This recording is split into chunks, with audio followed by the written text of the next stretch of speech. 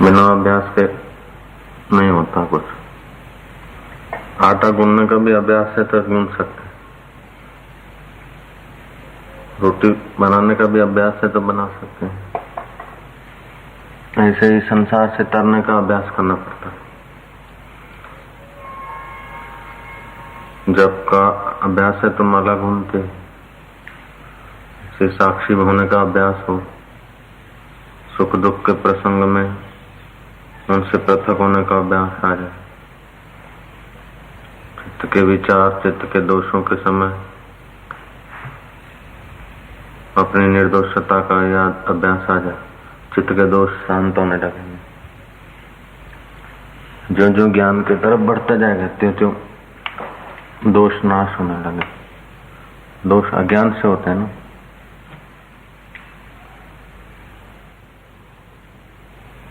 दोष सब अज्ञान से होते हैं।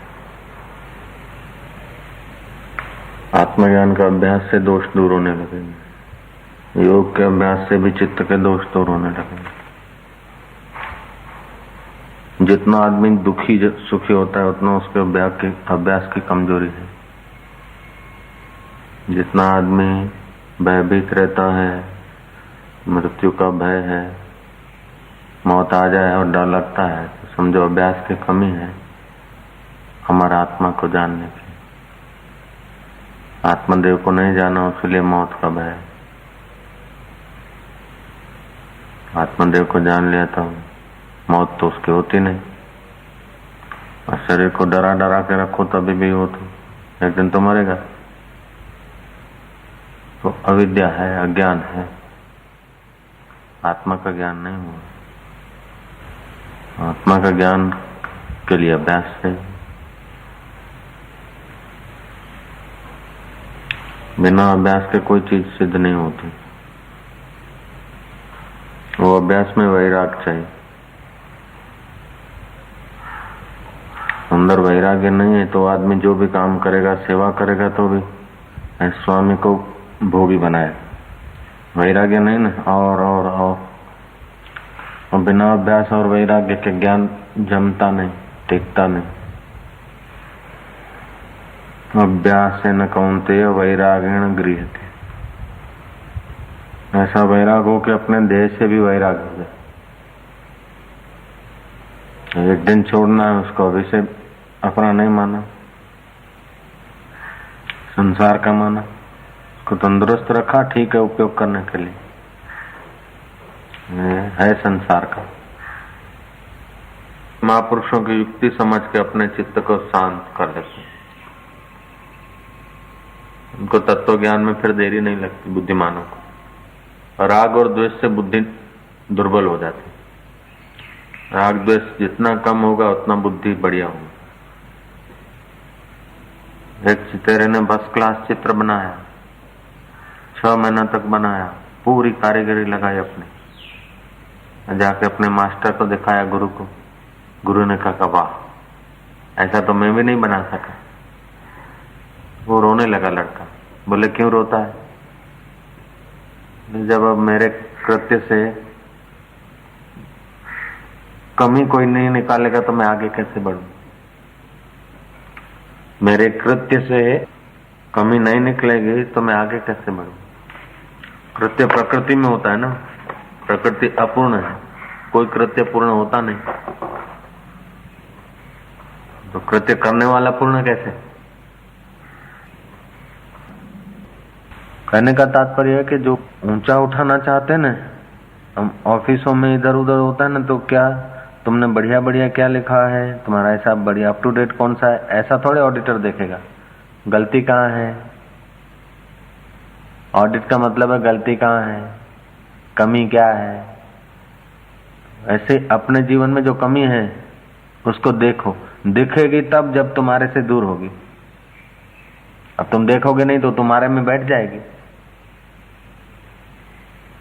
तुम देखोगे तो तुम्हारे से दूर हो जाएगी, दूर होगी तभी दिखेगी।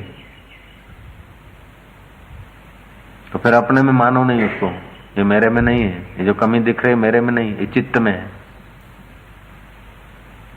चित्त का मैं दृष्टा हूं, साक्षी हूं। ओम आनंद। आप इस प्रकार का अभ्यास बनाओ, कमियां भी निकलती जाएगी, आत्मज्ञान भी होता जाएगा।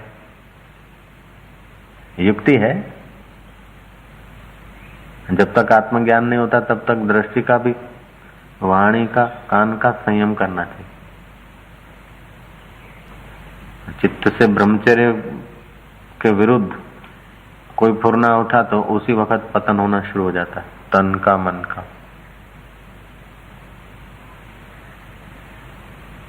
एकांत में भगवान को, गुरु को प्रार्थना करना चाहिए, रोना चाहिए कि मैं ऐसा अभागा हो रहा हूं, मेरे चित्त में ऐसे दोष हो रहे हैं।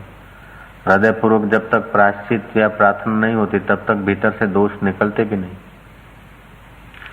गुरु या पिता दोष निकालने को करे, लेकिन आदमी स्वयं जब तक उसमें डटता नहीं अपने दोष निकालने, तब तक गुरु और पिता का भी उपदेश 100% फायदा नहीं करता।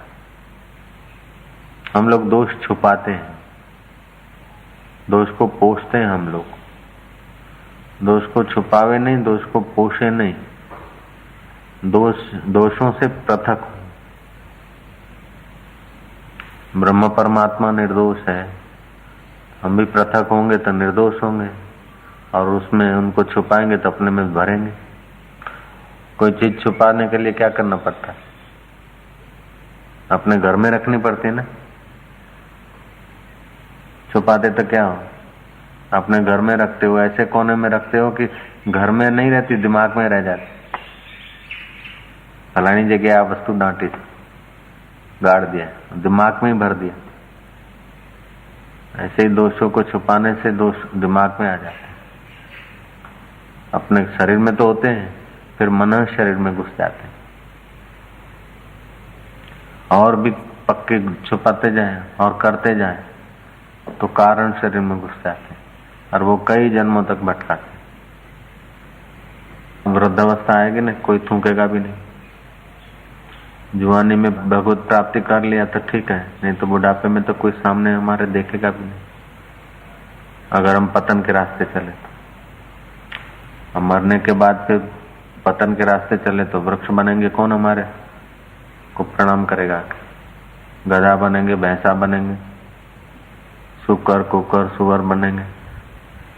तब भी ये जिनको थैंक यू कहते हैं या धन्यवाद कहते हैं, वो लोग छुड़ाने को आएंगे क्या?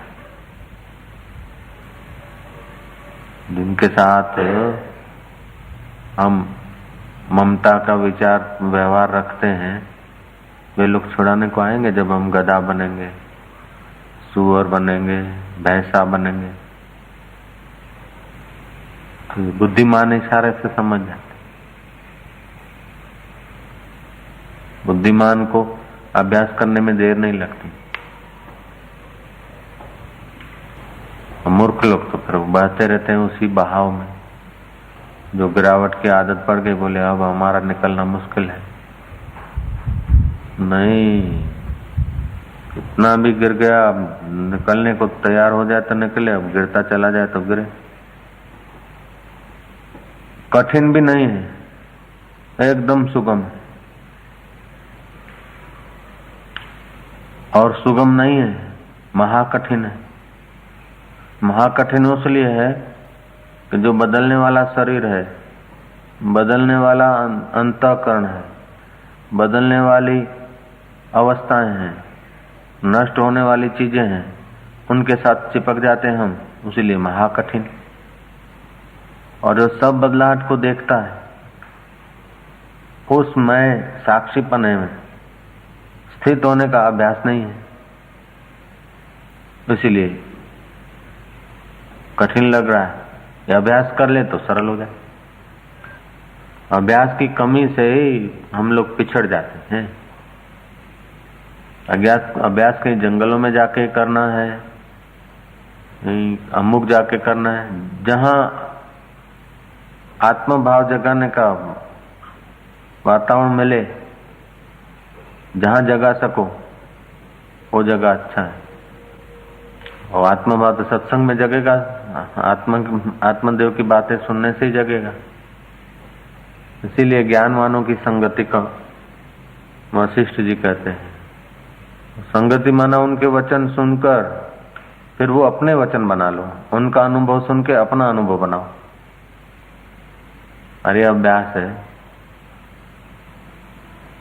शरीर की ऐसी इतनी आवश्यकताएं न बढ़ाओ, शरीर का इतना परिचय न बढ़ाओ, इतना संसार का व्यवहार न बढ़ाओ कि परमात्मा देव में जगने का अभ्यास करने का मौका ही न मिले।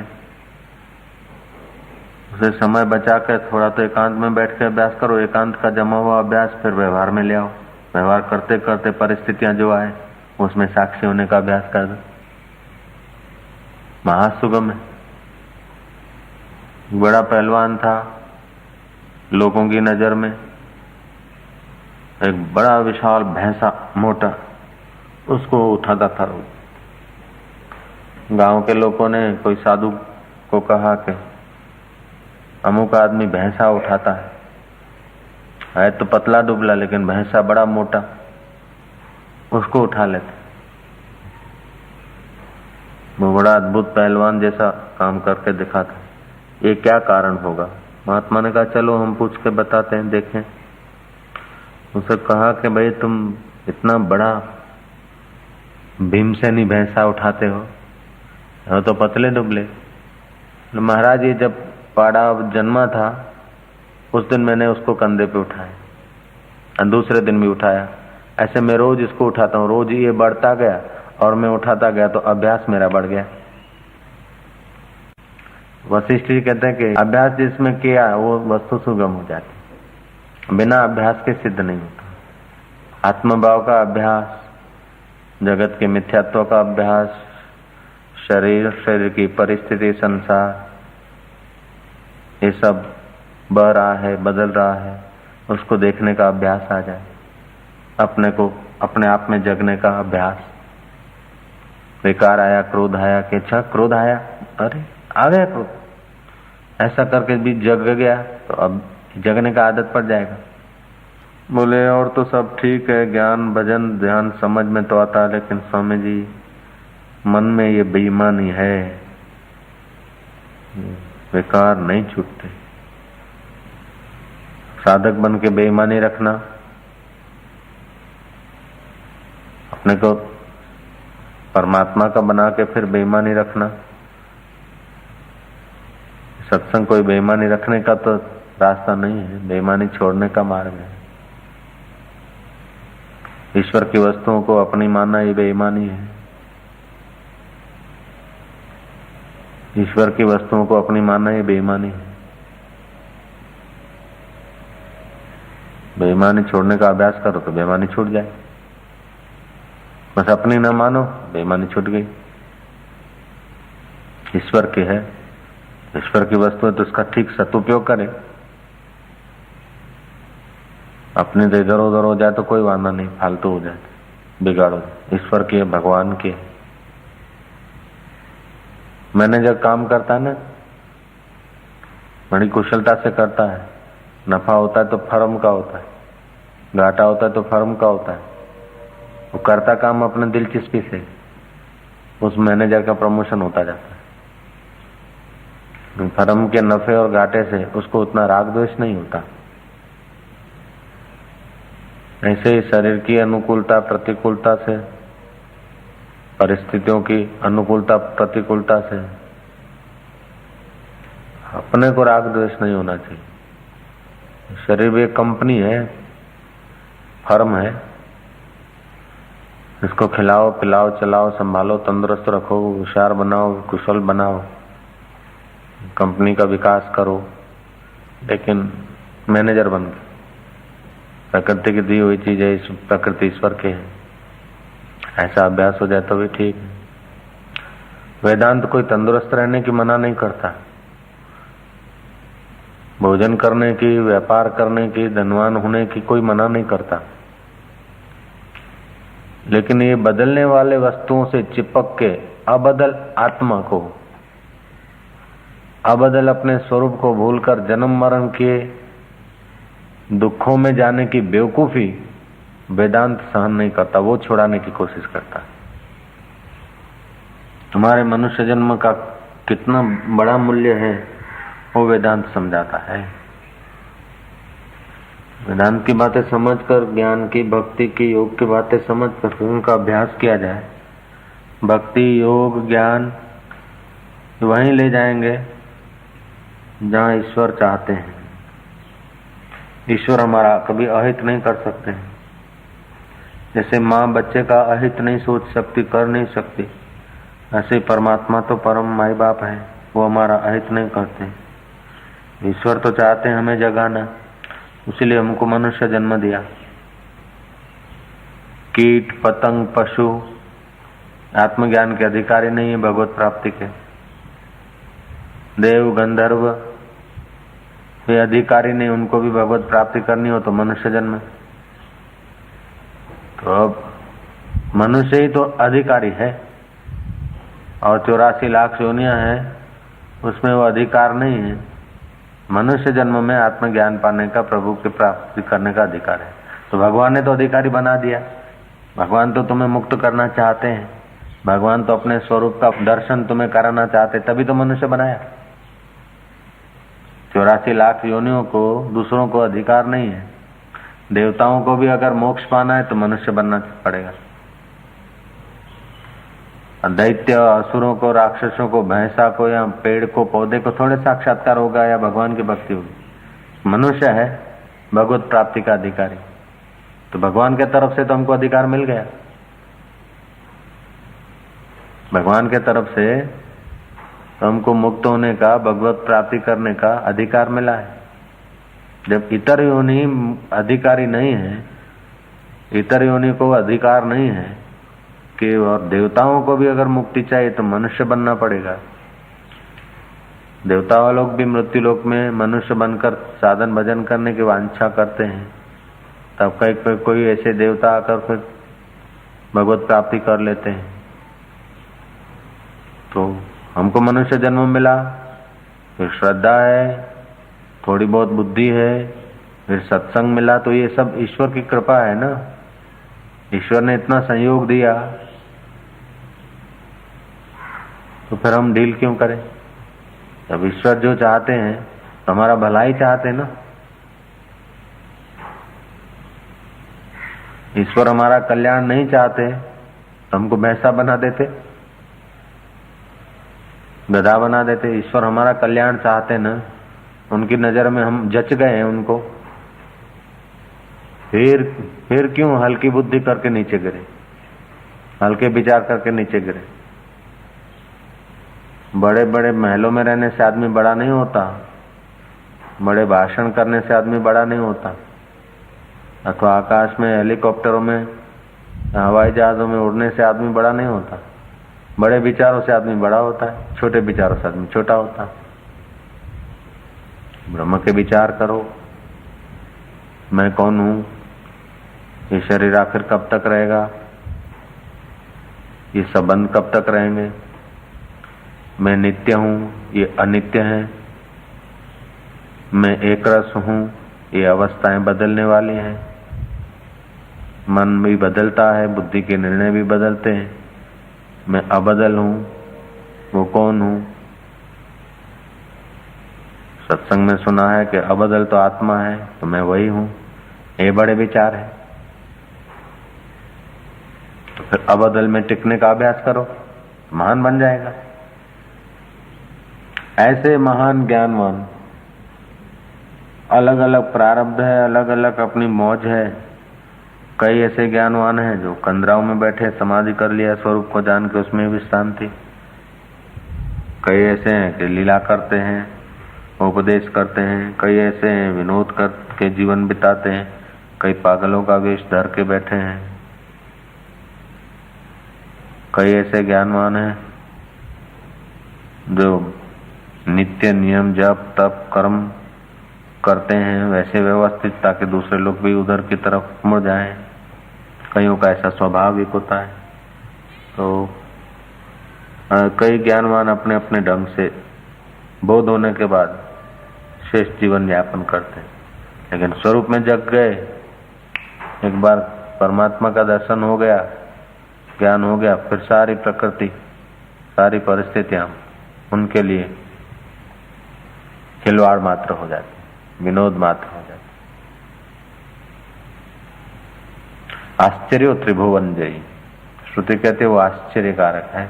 बाले बालवताम, युवे युवा, बच्चों में बच्चों जैसा, जवानों में जवान, गरीबों के साथ गरीब जैसा, अमीरों के साथ अमीर जैसा, लेकिन अंदर से समझता कि सब खेल है। अभ्यास करते तो आत्मज्ञान होना कोई कठिन नहीं है।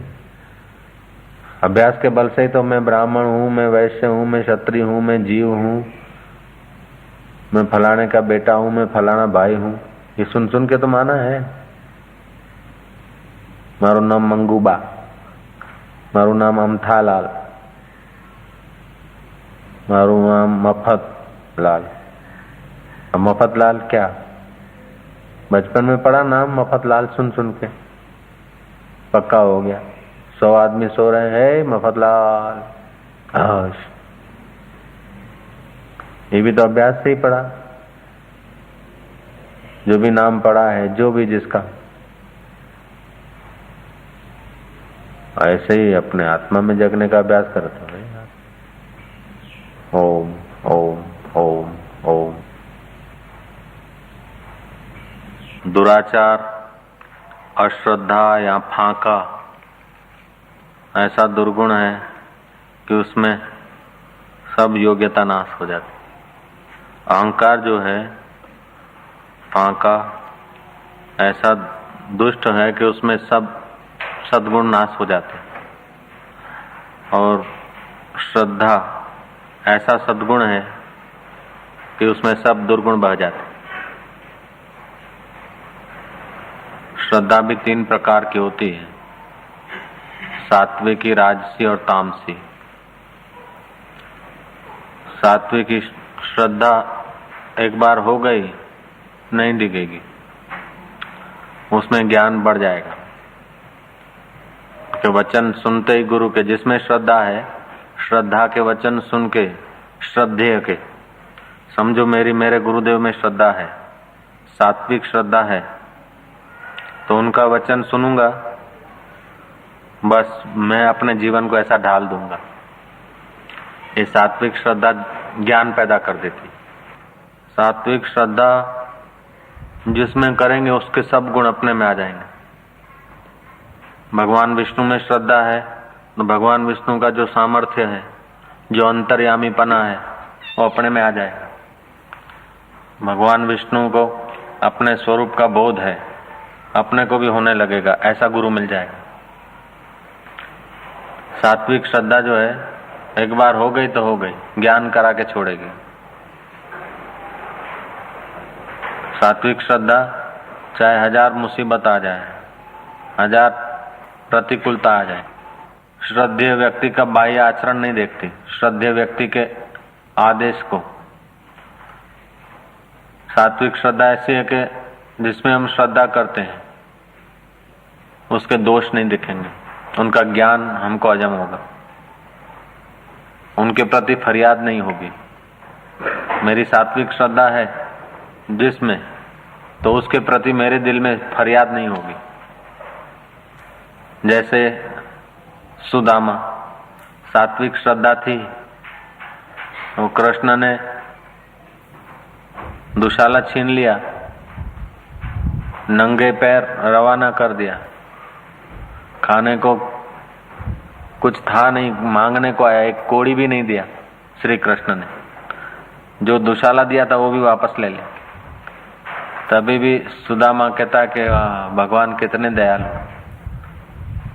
साथ में पढ़े थे, मेरे मित्र हैं, मेरे मित्र कितने दयालु हैं प्रभु। मैंने मांगा धन संपत्ति रोजी रोटी, लेकिन कहीं रोजी रोटी के मोह में फंस न जाऊं, इसलिए मेरे को कुछ नहीं दिया। कितनी दया किया, बड़े अच्छे। ये सात्विक श्रद्धा है। और जब घर पहुंचते हैं तो सुशीला सज धज कर महारानी जैसी होकर आ रही है दासियों के साथ। पूछते हैं कि ये तो कैसे बदल गई, एकदम झोपड़ी की जगह पर महल। सुशीला ने कहा तुमने वहां प्रार्थना करा और भगवान ने यहाँ रिद्धि सिद्धियों की सब लीला करके अमीरी में बदल दिया। बोले प्रभु कितने दयालु हैं, मेरा भक्त रोजी रोटी की चिंता में कहीं भजन न भूल जाए, इसलिए ऐसा कर दिया। सब छीन लिया तभी भी सात्विक श्रद्धा ऐसी है, वो ज्ञान से अपना ज्ञान का उपयोग करके सही अर्थ लगा लेंगे। राजसी श्रद्धा जब तक आपके अनुकूल चला, थोड़ा बहुत ठीक ठीक चला घरतर और थोड़ा पुचकार ये वो, तो राजसी श्रद्धा टिकेगी।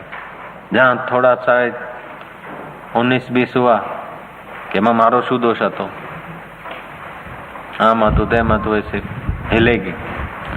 तामसी श्रद्धा जो है वो तो थोड़ा सा 19-20 हुआ तो विपरीत हो जाएगा, दुश्मन बन जाएगा श्रद्धे का। कई लोग ऐसे होते हैं तामसी प्रकृति के, भगवान शिव की पूजा करेंगे, फिर देखेंगे कोई इच्छा पूरी नहीं हो, शिव जी का फोटो फेंक देंगे।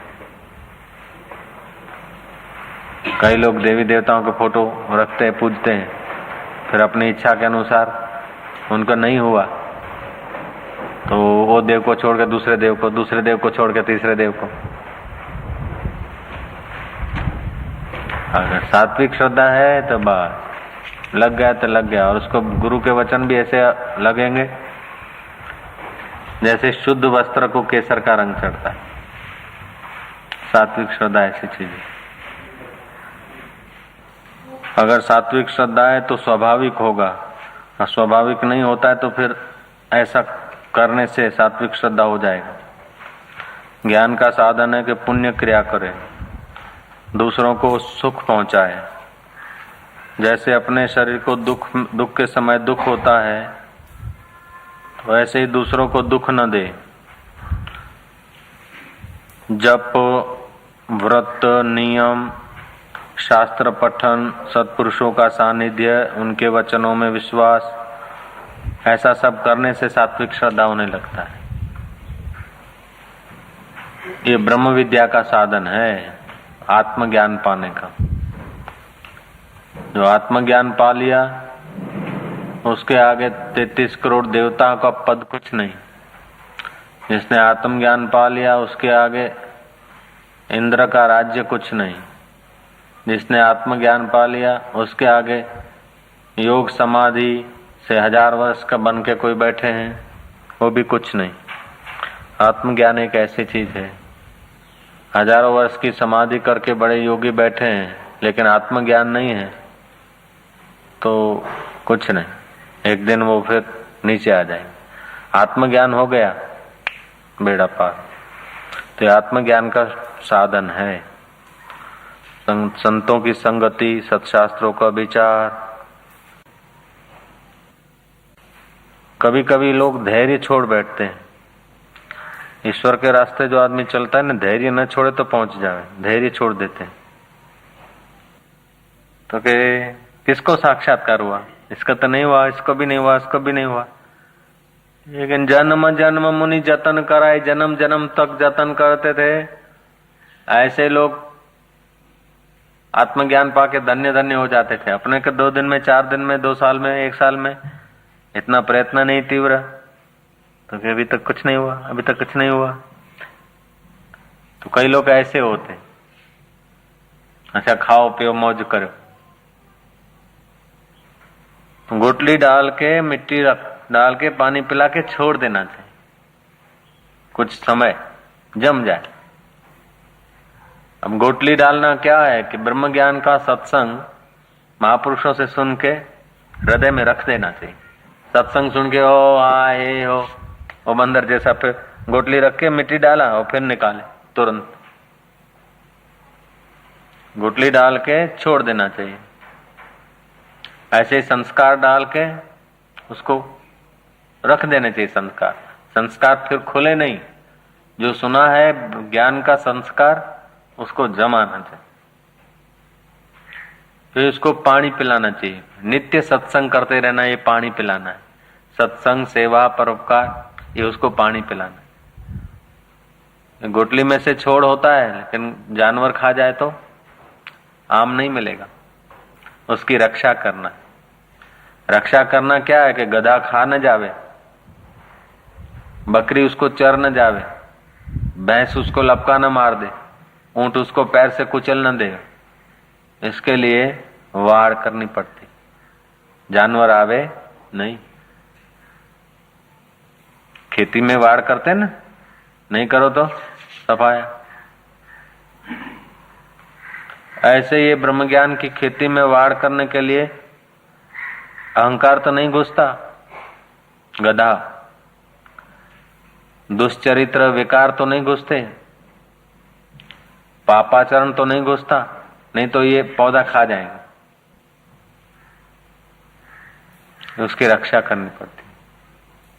जैसे पौधे की रक्षा के लिए वाड़ है और जानवरों से बचा हुआ है, ऐसे इसमें खबरदारी की, विवेक की वाड़ बनानी पड़ती है कि लोभ मोह विकार वाहवाही ये कहीं हमारा पौधा उखेड़ तो नहीं देगी। मान पुड़ी है जहर की, खाए सो मर जाए। कोई मान में गिरते हैं, कोई काम में गिरते हैं, कोई लोभ में गिरते हैं, कोई मोह में गिरते हैं। तो ये सब जानवर हैं। जानवर जैसे पौधा खा लेता है, ऐसे ही ये विकार हमारी साधना रूपी पौधा चट कर देते। तो धैर्य होना चाहिए, धैर्यों के साथ खबरदार। तो जिसकी सात्विक श्रद्धा होती है उसके अंदर ये गुण अपने आप आ जाते हैं।